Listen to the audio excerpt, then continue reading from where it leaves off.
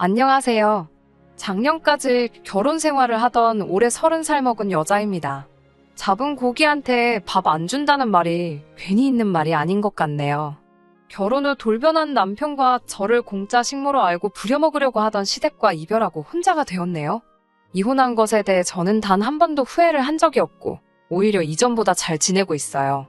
어쩌다가 이런 사연을 전하는 곳을 알게 되어서 저도 제 이야기 한번 보태볼까 해서 이렇게 저희 이야기를 적어봅니다. 남편은 궁합도 안 본다는 4살 차이였습니다. 남편이나 저나 둘 다 취직해서 어느 정도 자리 잡고 일하고 있을 때 만났어요. 저는 연봉 3천 정도를 벌고 있었고 남편은 4천으로 저보다 벌이가 좋았습니다. 연애 기간은 1년이 조금 넘은 정도로 그렇게 긴 편이 아니에요. 결혼이라는 걸 생각해 본 적도 없는데 대뜸 남편이 먼저 청혼을 해왔습니다. 그때 남편이 결혼을 위해 자기가 모아놓은 돈이나 기타 여러 가지를 이야기해줬는데 모아놓은 돈은 1억 정도로 저랑 비슷한 편이었어요. 결혼 이야기가 오고 간다면 그 전에 어떤 뉘앙스라도 보여주면서 저도 마음의 준비를 할 시간을 줬으면 좋았겠는데 정말 그런 신호도 없이 대뜸 결혼 이야기를 꺼내니 많이 당황했습니다. 연애한 기간이 짧았지만 남편은 벌이도 괜찮고 생각하는 것도 건강해서 저도 막연하게 결혼을 한다면 이 사람과 하지 않겠나? 하는 생각을 가지고 있기는 했거든요. 그래도 조금 꺼려지는 게 있었는데 저는 결혼을 한다면 좀 더 상대방에 대한 걸 알고 하고 싶었었어요. 그도 그럴 것이 저희 어머니가 고생하는 것만 보고 자라와서 그런지 그런 게 더 심했어요. 저희 아버지는 둘째인데 오지랖이 무지하게 넓어서 나중 가서는 큰아빠 집에서 제사도 가져오고 전업주부셨던 어머니 생각은 물어보지도 않고 고모네 자식들을 집으로 데려와서는 어머니께 보라고 하신 적도 있어요. 그래서 어렸을 때 보면 저희 집이 30평대 아파트이긴 한데 아파트가 꽉 찰 정도로 친척들 불러 모아서 제사 지내고 어머니는 허리도 펴지 못하고 구석에서 음식 준비하면서 고생하셨던 게 기억에 크게 남아 있습니다.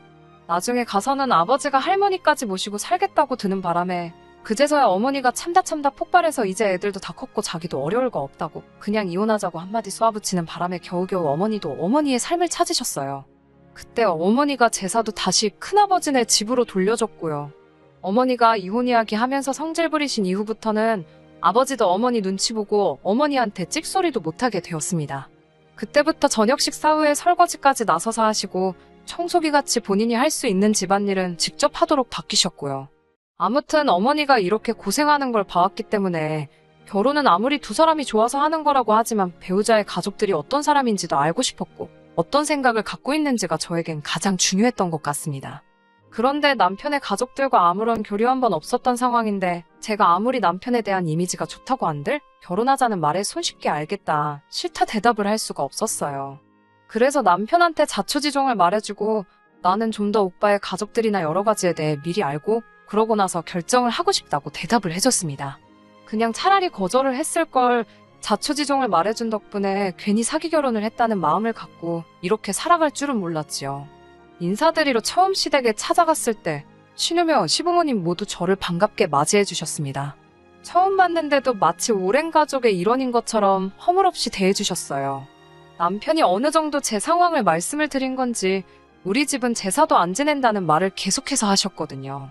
그렇게 시댁 식구들을 결혼 전에 2번 정도 더 만났는데 시부모님만 따로 뵈었을 때도 저를 어려워하신다는 느낌이 들 정도로 저한테 잘해주셨고 남편보다 나이 많은 신우도 몇 번 만났는데 동생이 먼저 간다는 식으로 장난처럼 말만 했지. 그걸 가지고 눈치를 준다거나 하지도 않았고 결혼하면 자기를 친언니라고 생각해도 된다고 말하며 저를 편하게 대해줬습니다.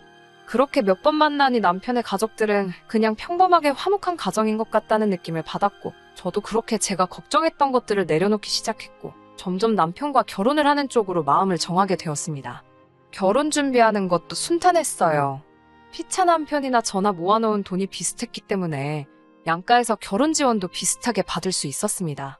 서울 변두리이기는 하지만 그래도 나름 신축인 빌라의 전세로 신혼집을 차리게 되었어요.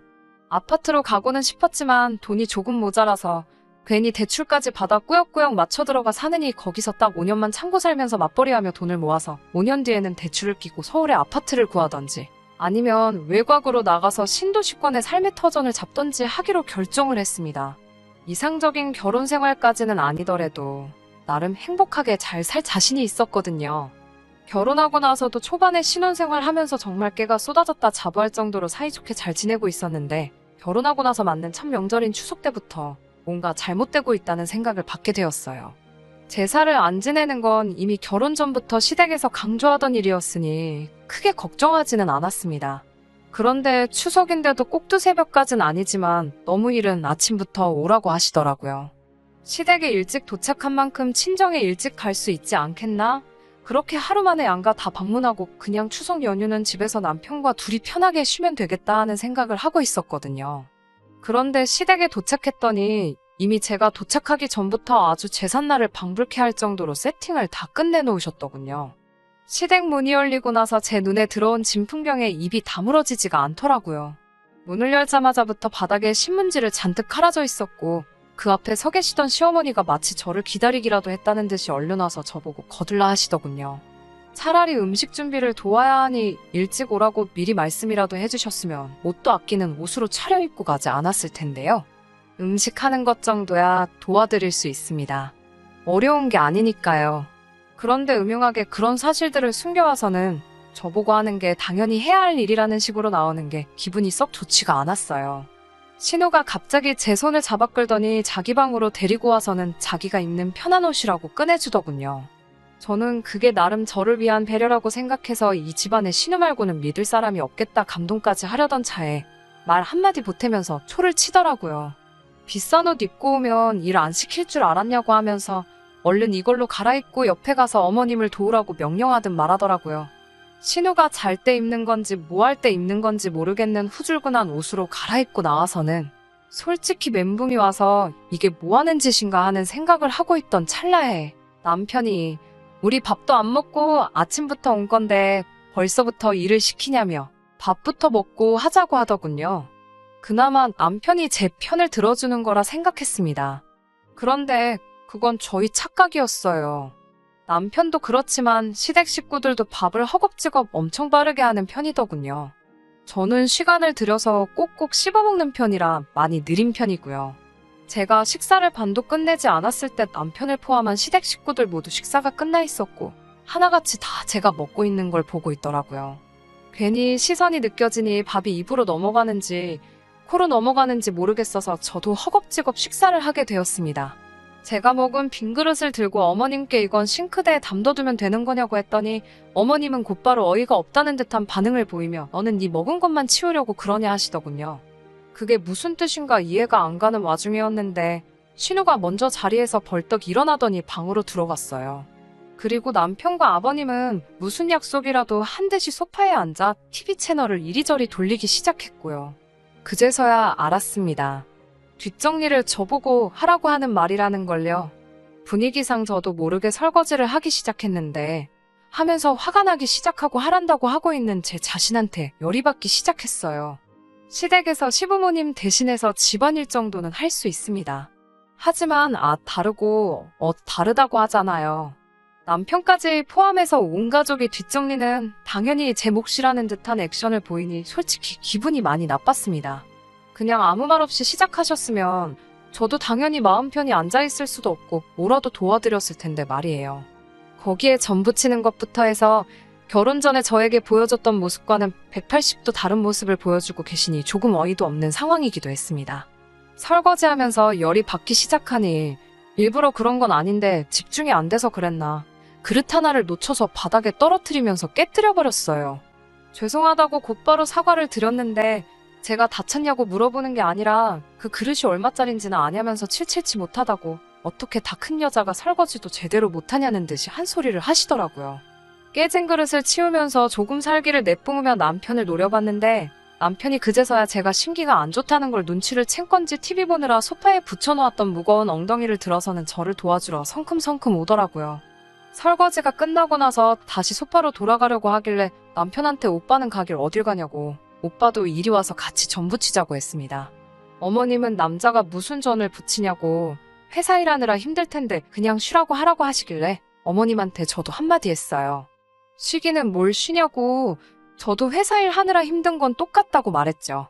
맞벌이 하는데 당연히 남편이 힘들면 저도 힘들다고요. 어차피 집에서도 반반 결혼했다고 집안일 나눠서 하는데 남편이 은근 요리 실력도 괜찮으니 전도 맛있게 잘 부칠 거라고 했어요.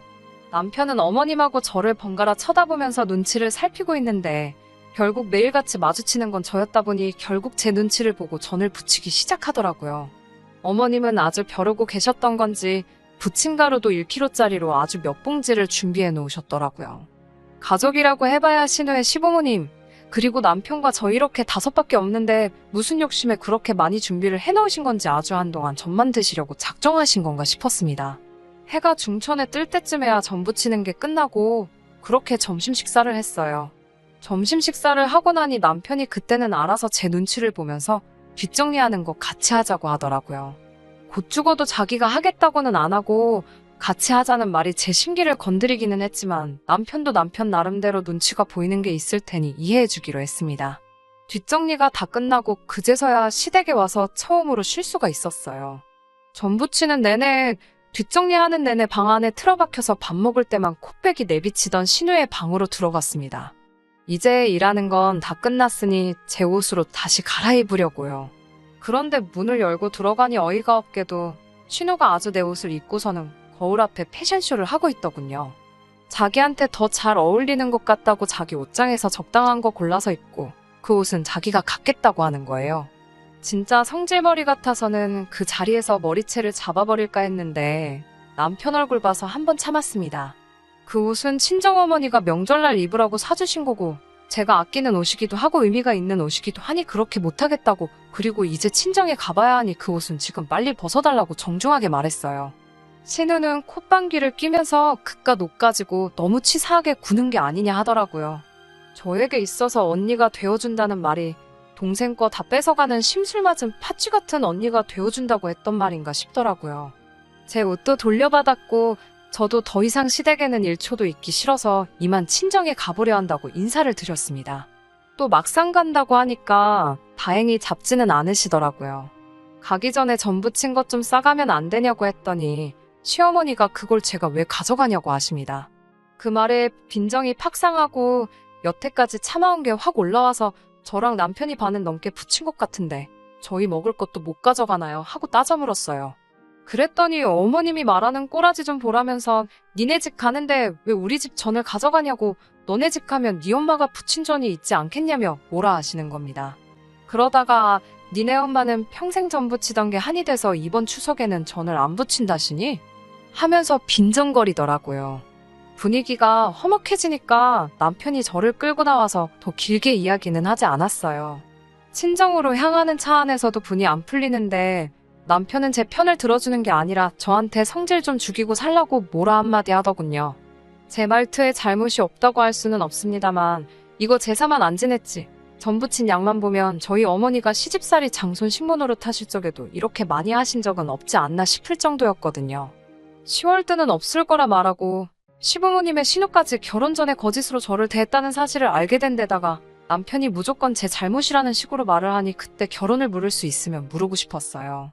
친정에 가서도 엄청 열받아 있는 저를 보고 친정 부모님도 매일같이 시키는 것도 아니고 명절 때 하루인데 저보고 성질 좀 죽이지 그랬냐며 나무라시는데 솔직히 많이 서운했습니다.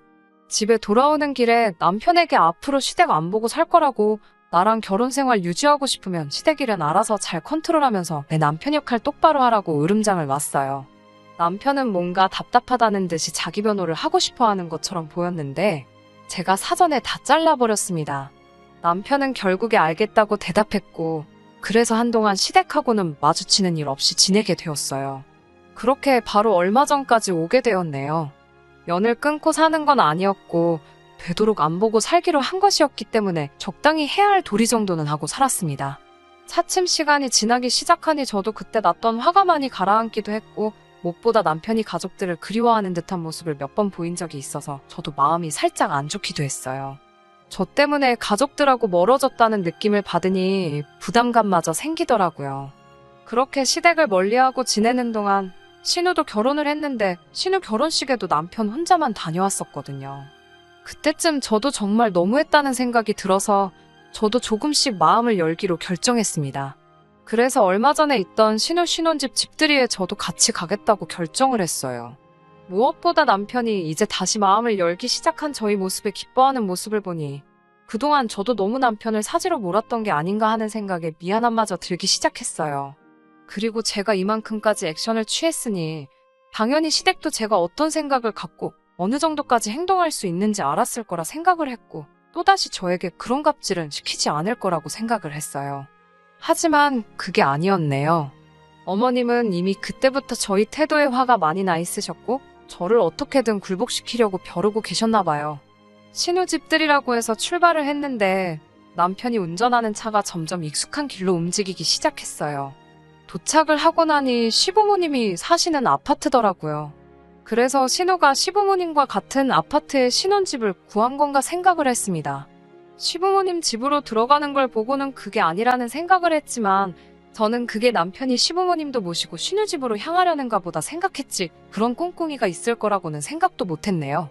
시댁에 들어가니 어머님은 저를 쳐다도 보지 않으시고는 후딱 와서 앞치마 메고 음식 준비를 도우라는 겁니다.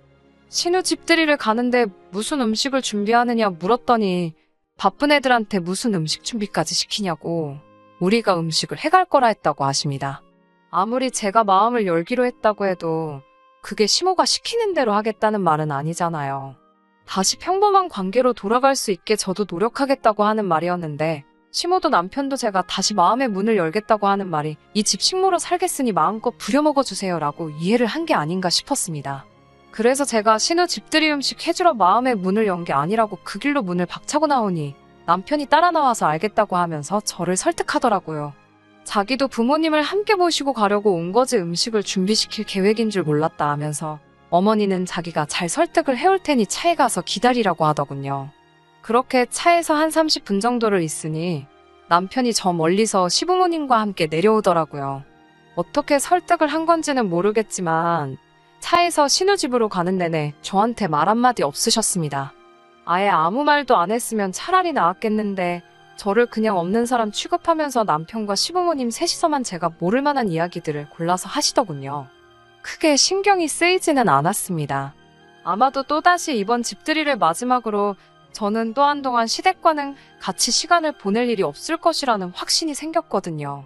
신우도 신우의 남편도 예상한 시간보다 훨씬 일찍 그것도 빈손으로 도착한 우리를 보고는 적잖이 당황했을 겁니다. 엄마가 며느리 시켜서 음식을 해온다고 했는데 빈손으로 왔으니 신우도 어이가 없었겠죠. 저를 보고 눈을 흘기더니 인사도 없이 무시하며 지나쳐버리더군요. 아직도 그 눈빛이 잊혀지지가 않네요. 집들이라고 가족들 이리저리 데리고 다니면서 집구경을 시켜주는데 저는 소파에 앉아있어도 본체만 채 자기들끼리 시시덕거리면서 좋아하더군요. 꺼다 놓은 보릿자루 마냥 자리만 지키고 있는데 솔직히 그냥 혼자 돌아가 버릴까도 생각했지만 딱 그날 하루만큼은 여태껏 날 위해 불편함을 감수했던 남편의 일련을 위해 참아주기로 했었습니다. 그런데 남편마저도 저한테 그럴 줄은 몰랐네요. 집구경이 끝나고 신우가 근처에서 대충 주문한 배달 음식들로 집들이를 시작했어요. 식사가 끝나고 또 신우와 시어머니가 고집을 부리더군요. 이제는 아예 신우집 집들이상 뒷정리를 저보고 하라고 하더군요. 신우 남편은 이게 무슨 경우인가 하면서 자기가 치우겠다고 하는데 신우도 자기 남편한테 소리를 떽 지르면서 이참에 아주 교육을 확실히 해줘야겠다며 무조건 제가 해야 한다는 겁니다. 세상에, 신우 집들이의 음식도 며느리가 해가야 하고 뒷정리까지 제가 해야 한다고 생각하는 세상 어디에도 없는 개념에 웃음도 안 나더군요. 그래서 제가 신우한테 내가 왜 니네 집 집들이한 거 뒷정리를 해야 하냐며 소리를 질렀어요. 시어머니가 또 옆에서 저거 말하는 것 좀 보라고 하면서 남편을 나무라더군요. 작년 명절에 있었던 일까지 다시 끄집어내면서 아주 제가 집안 형제 사이부터 부모 자식 관계까지 다 이간질을 하고 있다는 식으로요.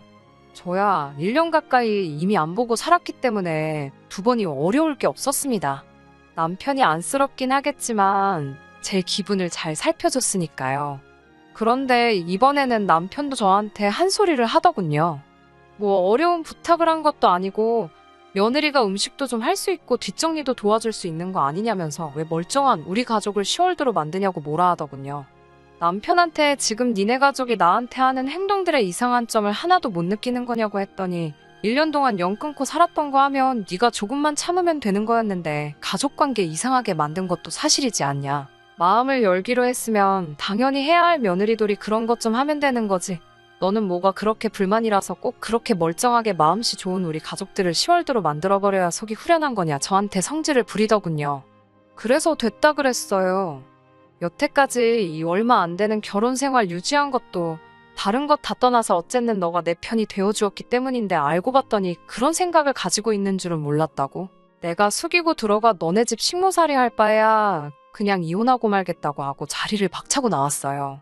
시댁의 갑질이 어느 정도 파탄의 원인이 되어서 이혼하는데 큰 어려움은 없었어요. 얼마 되지도 않는 돈이지만 위자료도 청구할 수 있었네요. 그 얼마 되도 않는 위자료를 받은 것보다 그 더러운 본 모습을 숨기고 저를 가족의 일원으로 받아준다 하면서 식모노릇을 시키려고 한 집구석하고 영원히 이별하게 된 것이 속이 더 후련하네요. 집들이날 있었던 게 신우 남편한테도 조금 영향이 있었던 것 같아요. 그렇게 저한테는 며느리 도리를 강요하더니 남이 집 며느리가 된 신우한테는 그렇게 하지 않았나 봐요. 오히려 사위 덕 좀 보겠다는 식으로 명절이며 뭐며 빈손으로 찾아온 신우 남편한테 그렇게 눈치를 주면서 돈을 뜯어내려고 했나 봅니다. 돈으로 효도하는 게 사위가 할 도리라면서 말이죠. 그런데 신우 남편은 이미 결혼한 지 얼마 되지 않아서 제가 시댁 식구들한테 겪은 것들을 봐왔기 때문에 이거 말도 안 되는 집구석에 잘못 걸렸다는 걸 금방 눈치를 챘는지 신우 남편도 신우에게 이혼장을 집어던졌고 그 집구석도 결국에는 이혼을 하게 되었다는 이야기를 들었네요. 내로남불 지자식들은 소중하고 남의 집 사람들한테만 도리 운운하며 어떻게든 한몫 챙겨보려던 집구석이니 아무래도 그 집구석은 평생 가도 며느리나 사위를 얻지 못할 거예요. 저도 저지만 신우 남편도 그렇게 탈출하게 돼서 다행이라는 말을 전해주고 싶네요. 요즘 결혼은 필수가 아닌 선택이라는 말이 괜히 있는 게 아닌 것 같아요. 뉴스에서는 인구 감소 운운하면서 결혼을 장려하고 있기는 하지만 결혼하기 전보다 결혼 후에 불행한 삶을 살게 된다면 굳이 애써 결혼을 해야 할 필요는 없다고 생각합니다.